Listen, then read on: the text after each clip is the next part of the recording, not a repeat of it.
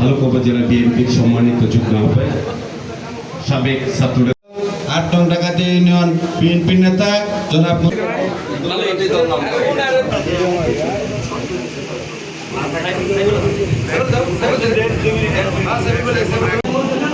আজকে এই পরিবেশে আসতে দীর্ঘদিন যাবৎ এই সারা ভালুকা আমরা কোনো গ্রুপিংয়ে যাব না। জনাব তারেক রহমান ওনাকে আমরা ডাকাতিয়া ইউনিয়ন থেকে ফলের বেলা উপহার, যিনি সভাপতি হিসেবে দায়িত্ব পালন করছেন।